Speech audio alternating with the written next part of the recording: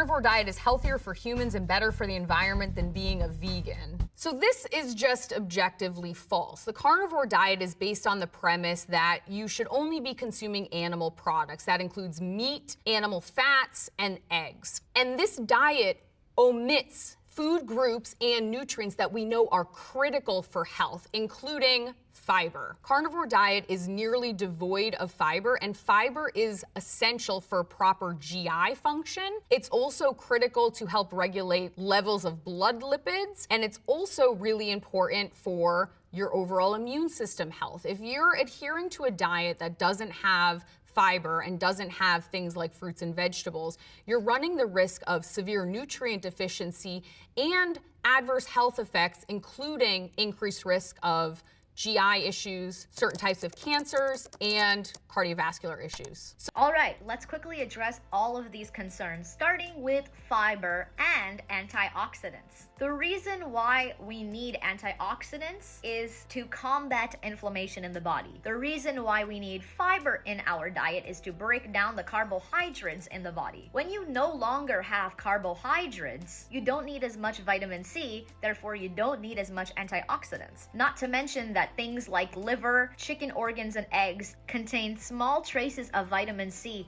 just enough to prevent you from having things like scurvy, which most of you guys are so worried about. As for the fiber in the diet, when you have no carbs, what is there to process? Meat gets fully absorbed in the small intestine. Now, a lot of you are probably wondering, what is the large intestine for then? It's clearly made for us to eat plant matter. While the large intestine can break down fibrous plant matters, it is only 60 to 70%. The rest gets put out into waste. Now, the main thing that our large intestine is used for is actually where water gets processed and our electrolytes get processed, as well as creating the waste that you are then going to put out into the toilet later. Our large intestine helps us for natural immune support, meaning we don't need to have fruits and vegetables and legumes and all sorts of things that they tell you to have in the first place in order to keep a strong immune system.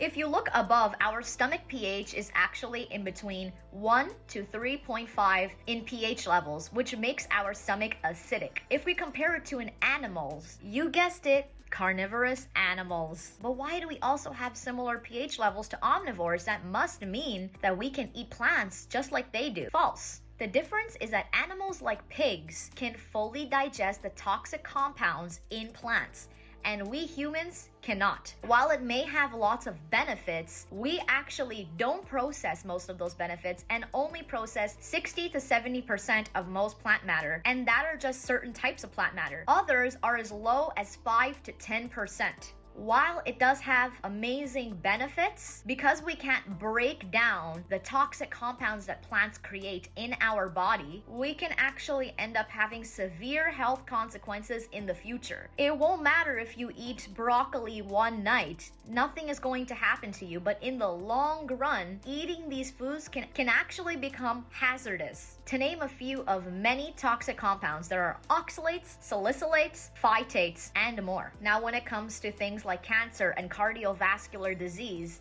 there actually is no evidence, yes, I said it, no evidence that shows that saturated animal fats cause those problems in the first place. Don't blame butter for what margarine did to you. You gotta really look into these studies. Most of those studies were done with processed foods, including animal products in things like a Big Mac or chicken tenders that were fried in a bunch of seed oils.